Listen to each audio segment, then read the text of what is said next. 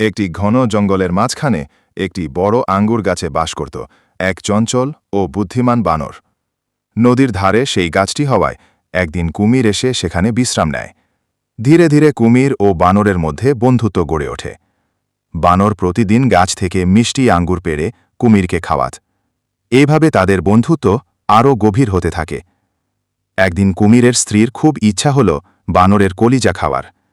স্ত্রীর জোরাজোরিতে কুমির বাধ্য হয়ে বানরের কাছে গিয়ে বলে, বন্ধু, তুমি প্রতিদিন আমাকে এত মিষ্টি আঙ্গুর খাওয়াও, এবার আমি তোমাকে আমাদের বাড়িতে দাওয়াত দিতে চাই। চলো, আজ আমার স্ত্রীর রান্না খেয়ে আসো। সাদাসিধে মনে বানর রাজি হয়ে কুমিরের পিঠে চড়ে নদী পাড়ি দিতে থাকে। মাঝপথে কুমির সত্যি কথা বলে ফেলে। সে বলে, বন্ধু, আসলে আমার স্ত্রীর ইচ্ছে তোমার কলিজা খাওয়ার, তাই তোমাকে নিয়ে যাচ্ছি। বানর শুনে আঁতকে ওঠে, কিন্তু সে খুব চালাক ছিল।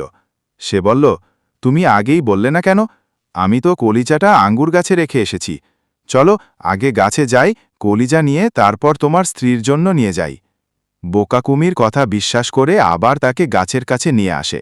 গাছের নিচে আসতেই বানর এক লাফে গাছে উঠে যায় এবং নিরাপদে ফিরে আসে।